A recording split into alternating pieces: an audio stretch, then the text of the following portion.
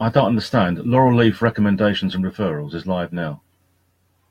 Or is that the wrong thing? Hello.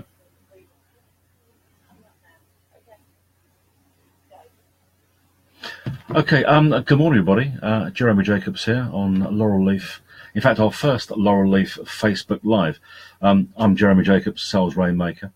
And I've been involved now, I think, with Laurel's group for about, must be 2 or 3 years now. I can't remember exactly, but she certainly does an awful lot of good work, some great events, some great speakers at her live events, good networking, and amazingly, she's got over like 11,000 people in her group, and there's a huge eclectic mix of people that come to the group. And what I like about it when I do go along, which isn't as often as I should maybe, there's always about 35 or 40 people.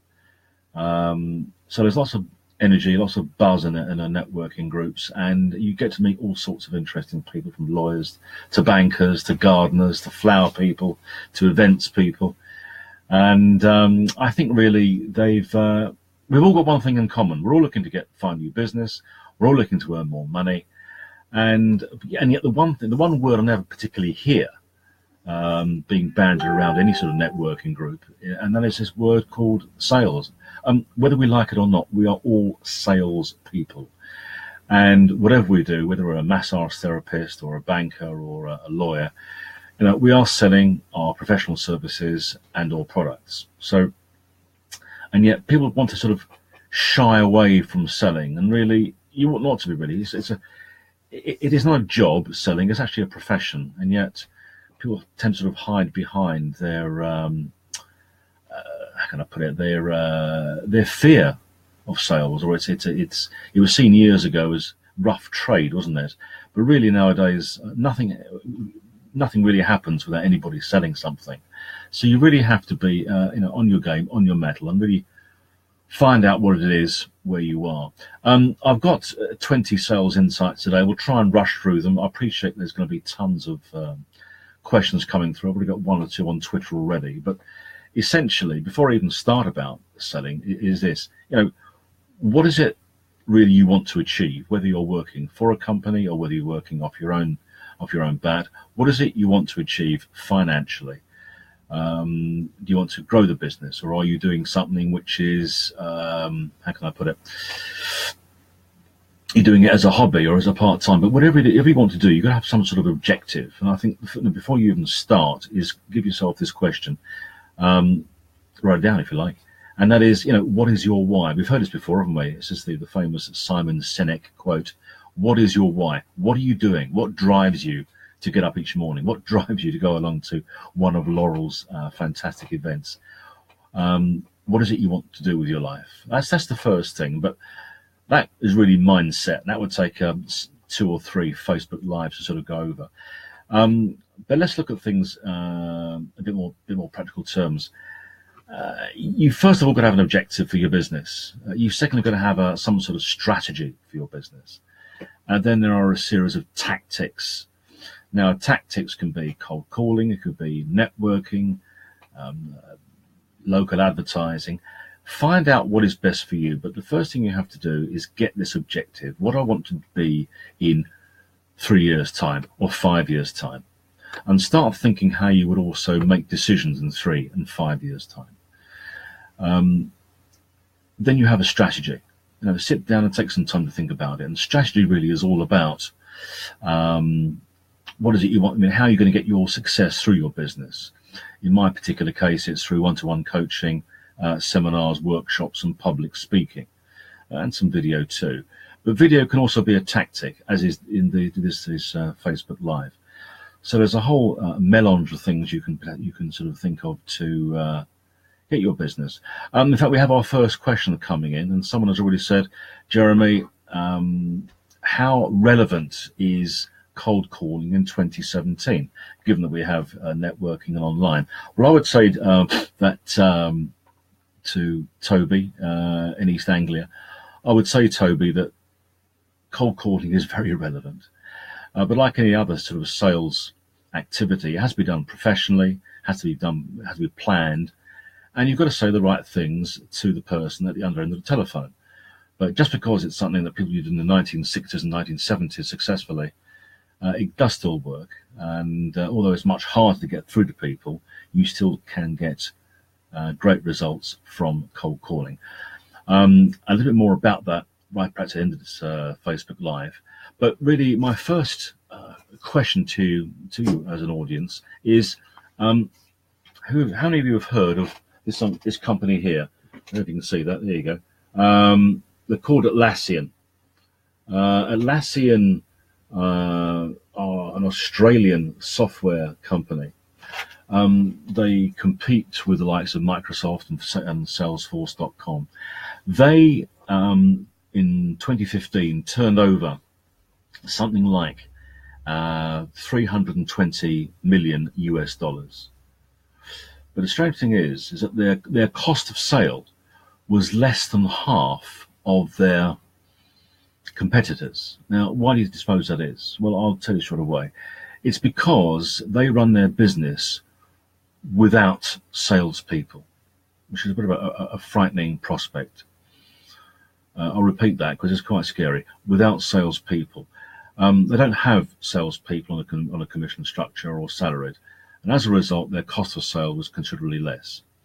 The point I'm making is, because of artificial intelligence, the internet, and automation, there'll be fewer and fewer ordinary sales jobs, whether that's sort of business to consumer or business to business.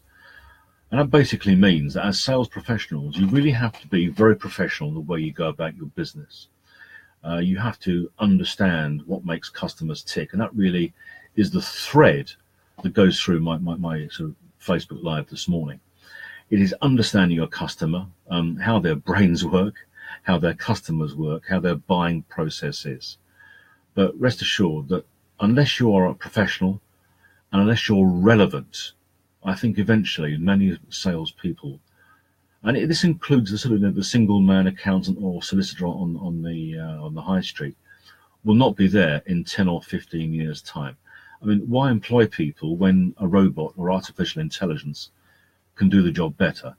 You know, it really is very, very important you become expert at selling, an expert at understanding the processes of selling. Which brings me on to sort of, I think, really 5 tips in one, in addition to the couple of insights already.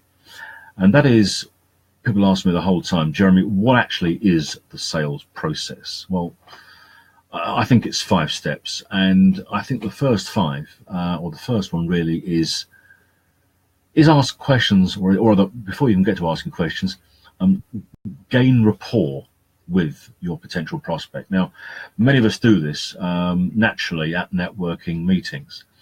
It's not talking to people. It's not talking about your job or your sales or your service. It's about listening and being attentive in your listening to what the other person is saying. Try and find out what makes them tick, what their fears, hopes, and aspirations are for the future, and yet try and find out what is their pain. Why aren't they achieving the objectives? What are the sort of the road humps in the way of them being successful in their job? And then once you sort of ask deep meaningful questions, you'll get some sort of idea of a potential solution. Not immediately, but perhaps after 2 or 3 conversations, you can get that. And you can then sort of start to begin making some sort of offer about your services and your products. And then really perhaps you can then qualify that customer. You know, if we can show you a way of overcoming your difficulties, can we proceed with this offer or that offer? Always put in what is known as a trial close when you're asking people. But really the most important thing, and I really can't impress on this hard enough, and that really is to ask questions. I won't go into the intricacies of question techniques. That's something you'll have to find out on one of my networking groups or my workshops. And you can always give me a call on behind over my shoulder to find out more. But question. Anyway, moving on. I'd like you to ask yourselves this question, a bit of a conundrum. How many of you have any idea what this figure of 86 billion stands for? What does it mean? What does it denote?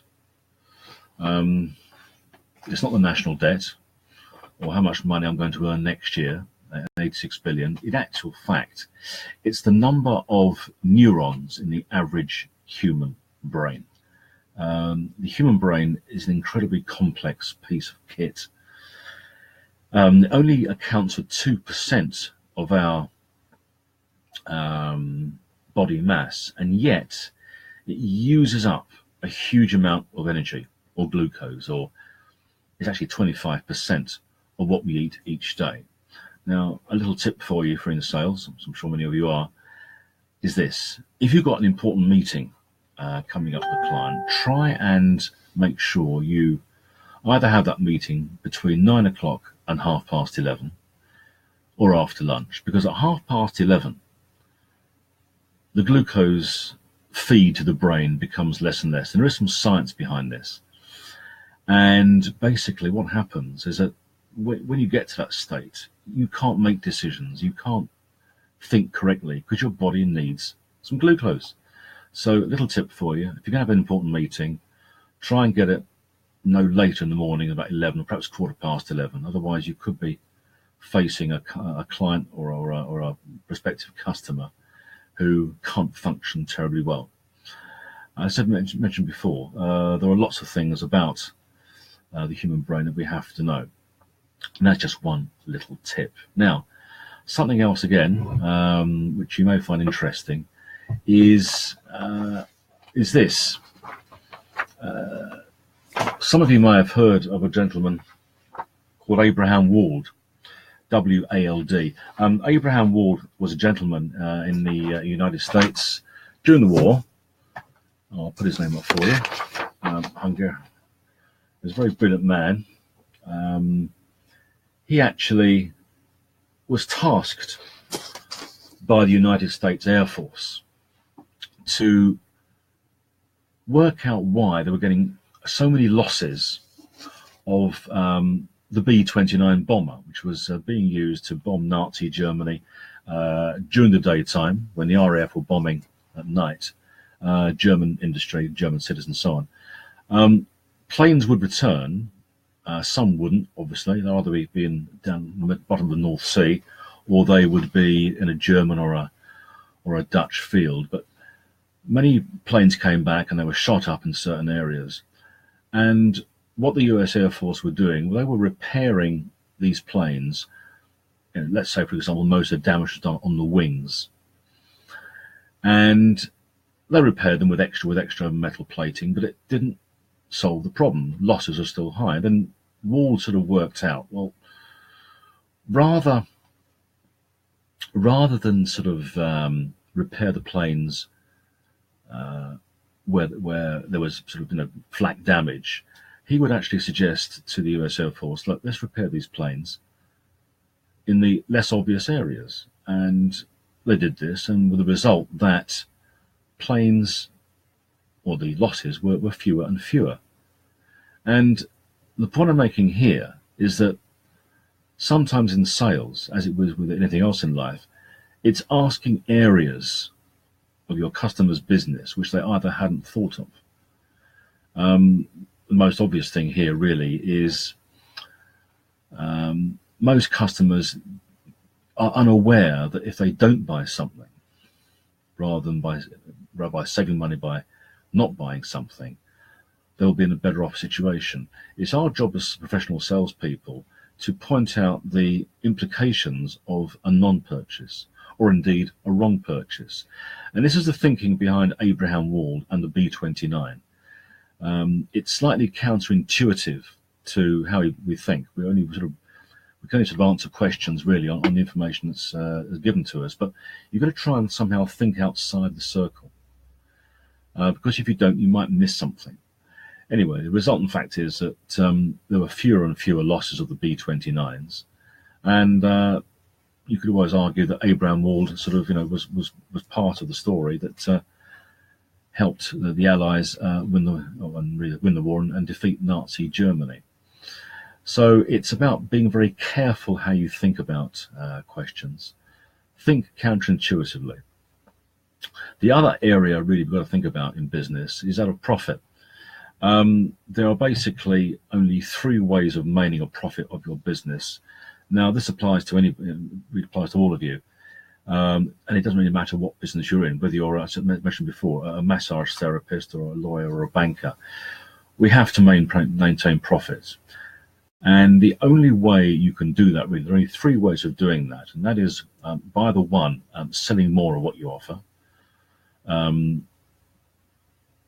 Reducing prices, selling more, increasing the number of sales you make, or by offering discounts. Now, discounts isn't terribly good because that does obviously, tap in to your actual bottom line.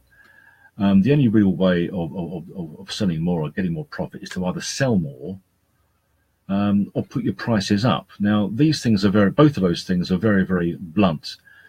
But really, sometimes you've got to look at pricing. And pricing really and discounting is terribly important. There was a survey done some little while ago about some guys who were in the States who were sort of looking at their equivalent of the AIM stock market. And they found that the companies that concentrated on getting their pricing right were the ones who were more successful than those who sold more or put their prices up. It's a question of being subtle. So, I mean, I was on the beach a couple of years ago, I think the south of France, and there was this guy selling these things for these lovely hats, I think they were, for about, I don't know, 10 euros. And of course, you would get them down to like €5 or €4, and they would say, "Oh, no, I can't do that." And I was talking to one of the guys after. He said, "Look, I can't really afford to sort of give away huge discounts." I said, "Well, why don't you sort of, sell 2 for 20? Because the cost of these things is probably €2 or €3. But try and give yourself the opportunity to sell more by being a little bit creative and a bit innovative in how you price things up." This obviously does depend on the business you're in, whether you're in retail or whether you're in business to business. But it's these sorts of little things that can help you. There's a ton of stuff I can teach you, obviously, on my workshops, or I can give you a call. It's rather interesting here. We've had a couple of comments actually about neurons. Yes, it is amazing how complex the brain is, and I think the salespeople who are really clued up on psychology and how their customers' brains can work are actually more successful. Amazingly, we're coming toward the end of my 20-minute slot. Any more questions from anybody? I can see Laurel is busily away in the background there, and Elizabeth. Another question here from a friend of mine, who I haven't seen for some little time actually. And they're saying, how can you remain motivated? Well, this is a huge question. I think remaining motivated is just sort of, I think really you've got to love what you do. Because if you don't love what you do, it's very, very hard to get motivated in your particular field and line of business. Either you've got a real passion for what you're selling, or you don't. And I find the most successful people in business are those who take a real care about what they do, have an interest in what they do, and perhaps more importantly, are always on the lookout to learn more about what they do on a day-to-day basis. I guess it's sort of, continuous professional development, or CPD as it's known in the professions. And I would recommend to anybody, if you're not happy in what you do, try something else. But whatever you do, always bear this in mind.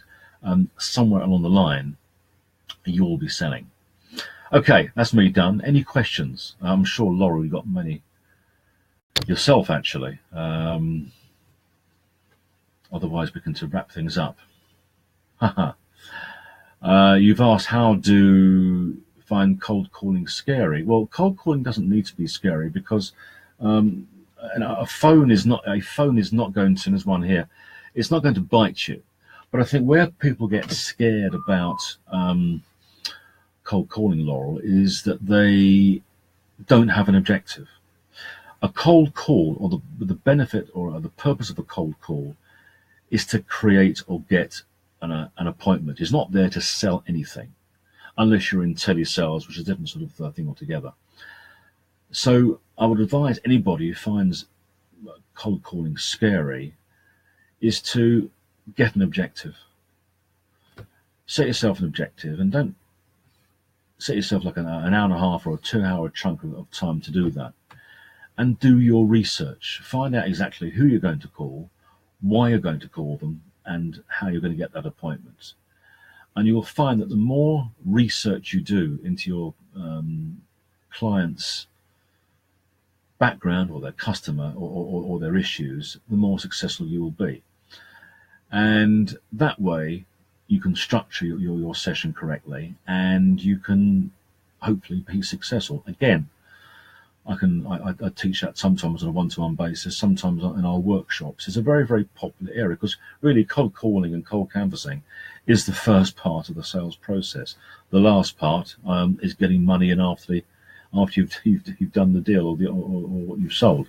But unless you start well, cold calling, you're right. You've got to get off on the right foot with anybody. But great question, Laurel. Thank you very much indeed. Anybody else? As we're coming up to like 22 minutes now. Okay. I believe I'm speaking to you again, hopefully at the end of October. But really, if you want to learn more about my my sales workshops, my sales Rainmaker workshops, please give me a call on the number behind, or go to www.thesalesrainmaker.co.uk. And I look forward to hearing from you and seeing some of you on Thursdays at Laurel's networking event. So it's goodbye from me, Jeremy Jacobs. See you on Thursday.